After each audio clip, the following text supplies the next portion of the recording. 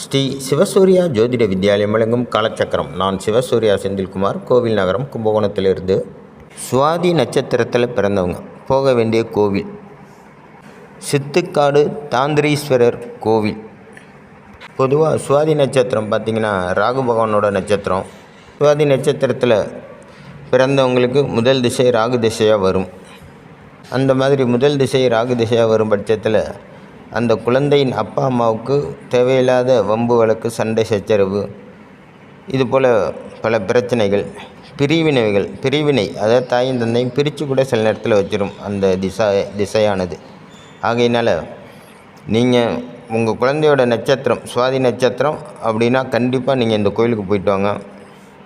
இந்த சுவாதி நட்சத்திரத்தினால் ஏற்படக்கூடிய தோஷங்கள் நிவர்த்தி ஆகும் இந்த கோயிலுக்கு போகும்போது. அதே நேரத்தில் உங்கள் ஜாதகத்தில் அந்த சுவாதி நட்சத்திரத்தில் பிறந்தவர்களின் ஜாதகத்தில் ராகு பகவானின் நிலையையும் பார்க்கணும். ராகு பகவான் என்ன நிலையில் இருக்கார், என்ன சாரம் வாங்கியிருக்கிறாரு, எந்த வீட்டில் இருக்கார், அவருக்கு வீடு கொடுத்த அதிபதி எந்த நிலைமையில் இருக்கார் அப்படிங்கிறதையும் கொஞ்சம் ஆராய்ச்சி பண்ணி பார்க்கணும். ஏன்னா ராகு திசை எல்லாருக்கும் நன்மை செஞ்சுமானா கண்டிப்பாக 100ல் ஒருத்தருக்கு தான் ராகு திசை நற்பலன்களை வழங்கும். பாக்கி 99 பேருக்கு தீய பலன்களே தான் வழங்கும், வேறு வழியே இல்லை. ஆகையினால இந்த திசை முதல் திசையாக வரும் பட்சத்தில் குழந்தைய வச்சு செய்கிறதுக்கு பதில் இந்த குழந்தைய பெற்றோர்களை ரொம்ப கடுமையாக பாதிக்கும் இந்த திசையானது. ஆகையினால இந்த திசையோட தோஷத்திலேருந்து, இந்த நட்சத்திர தோஷத்திலேருந்து நீங்கள் தப்பிச்சுக்கணும் அப்படின்னு நினச்சிங்கன்னா கண்டிப்பாக நீங்கள் இந்த கோயிலுக்கு ஒரு முறை போயிட்டு வாங்க. அப்படி போகும்போது அந்த கோயிலில் உள்ள தீர்த்தத்தில் குளிச்சுட்டு ட்ரெஸ் சேஞ்ச் பண்ணிவிட்டு அதுக்கப்புறம் கோயிலுக்குள்ளே போங்க.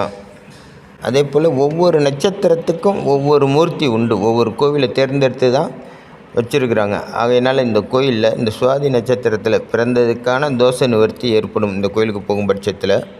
சுவாதி நட்சத்திரத்தில் பிறந்தவங்க பொதுவாக ராகுவின் ஆதிக்கத்தை பெற்றவர்கள்.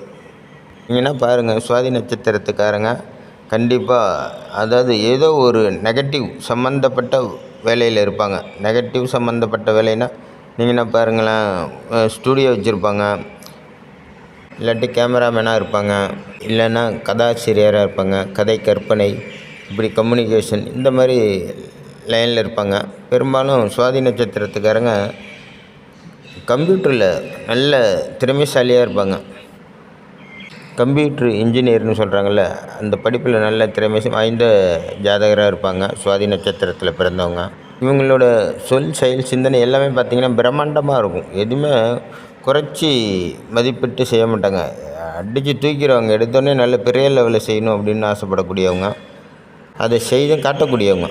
அது அவங்களுடைய ஜாதகத்தில் அந்த ராகு பகவான் இருக்கக்கூடிய அமைப்பை பொறுத்து இருக்குது. அவர் சுப ராகுவாக இருந்தால் கண்டிப்பாக நல்ல பலன்களை வாரி வழங்குவார் ஜாதகருக்கு.